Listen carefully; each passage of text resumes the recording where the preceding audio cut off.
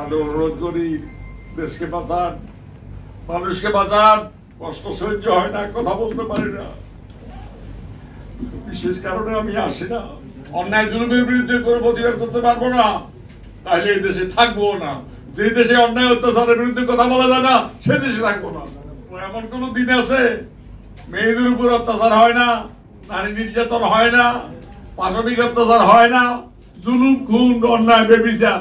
সেটা হলো যার মাথা আছে কুসুমের মতো, যে চিন্তা করে, যার দর্শন নিয়ে আলোচনা করে, যারা অন্যায়ের বিরুদ্ধে প্রতিবাদ করে, যারা মিথ্যার বিরুদ্ধে প্রতিবাদ করে, যারা জুলুম নির্যাতনের বিরুদ্ধে কথা বলে, তাদের বাংলাদেশে বাস করা সম্ভব নয়। হারাম হয়ে গেছে বাংলাদেশে বাস করা। এই খুনিদের, জুলুমবাজদের বাংলাদেশে বিতাড়িত করা ছাড়া, দেশকে উদ্ধার করা ছাড়া, সকল নাগরিকের বাংলাদেশ, সকল প্রজাতন্ত্রের সকল নাগরিকের বাংলাদেশ অংশীদারিত্বের গণতন্ত্র। এরা যারা অন্যায়ের বিরুদ্ধে কথা বলে তাদের রাজনীতি করতে দেবে না। বন্ধুরা, আমার সাথীরা, আমার আমি বক্তব্য বাড়াবো না, শুধু একটা কথা বললো, আমাদের জন্য নয়, নাসির ভাইয়ের জন্য নয়, জেএসডির জন্য নয়, শবন সাহেবের জন্য নয়, আপনাদের মান ইজ্জতের জন্য, আপনাদের সম্মান নিয়ে স্বামীকে বেঁধে রেখে স্ত্রীকে নিয়ে গেছে কক্সবাজারে।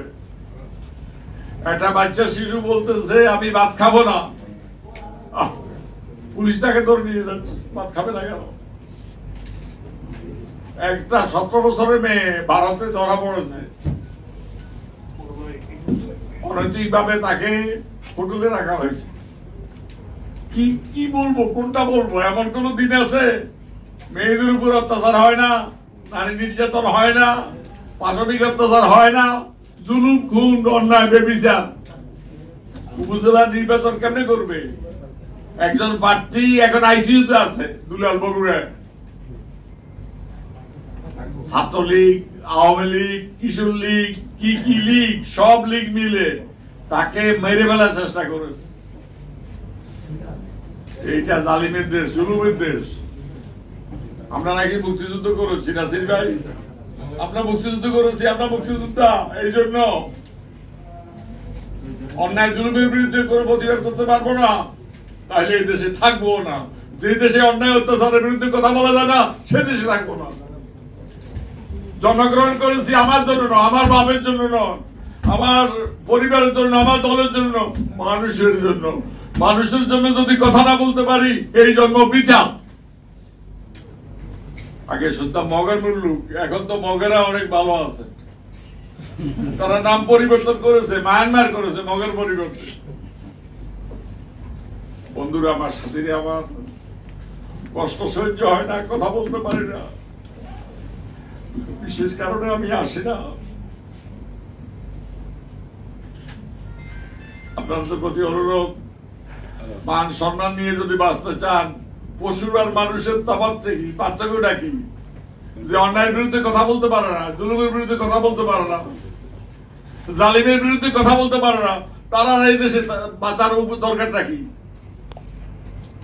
বন্ধুরা, আমার সাথীরা, আমার আপনাদের অনুরোধ করি, দেশকে বাঁচান, মানুষকে বাঁচান, ইজ্জত দিয়ে বাঁচুন, সম্মান নিয়ে বাঁচুন, অধিকার নিয়ে, ক্ষমতা নিয়ে বাঁচুন।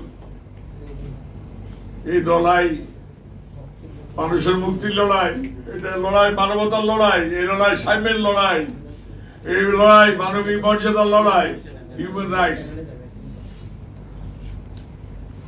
এই 10 এপ্রিল যদি এই ঘোষণা না দিতেন, সাম্য, মানবিক মর্যাদা, ন্যায় বিচার যদি না দিতেন, অনেকে সমর্থন করতো না। দার্শনিক ভিত্তিটা দেখতে চেয়েছে যে কি করতে চায় ওরা। আজকে তারা যারা সমর্থন দিয়েছে, তারা অনুতপ্ত যে কি জন্য এদের সমর্থন দিয়েছি। যে দেশে মানুষের কথা বলার অধিকার নেই। আমি আমার বক্তব্য বাড়াবো না, আমার কষ্ট হয় খুব, আমার কষ্ট হয়। আপনাদের বলি, যাদের নিয়ে গেছি সবাই বিয়ে দিতে পারে নাই তার মা বাবার কাছে, সহ্য করতে পারে না। আপনাদের সবাইকে আমি দোয়া করি, আপনারা আমার জন্য দোয়া করবেন। যে কয়দিন বাঁচি আসি প্রাণটা, নাসির ভাই আমাকে বলেছে ওনারা শেষ পর্যন্ত দেখতে চায় রামকে যখন হত্যা করে গেছে তার মা বুড়ি ৮০-৯০ বছর বয়স, সে তুত্তুর করে যাচ্ছে ভিতরের দিকে। ওই দস্যুরা বলতেছে, এই তুই পালাস কোথায়? পালা না, তোদের শেষটা দেখতে চাই। তো নাসির ভাইয়ের কথা ওরা যদি আমারে বাঁচতেই হয়, আমি এদের শেষটা দেখে যেতে চাই, এই জন্য বাঁচবো না, বাঁচার ইচ্ছা নাই। অনেক বেঁচেছি, আর বাঁচার ইচ্ছা নাই। এই খনি জামিন দস্যু, ঘুষখোর, দুর্নীতিবাজ, যারা অকথিত ভাবে ইন্ডিয়া নেই গণতন্ত্রকে হত্যা করে গণতন্ত্রের কথা বলতো।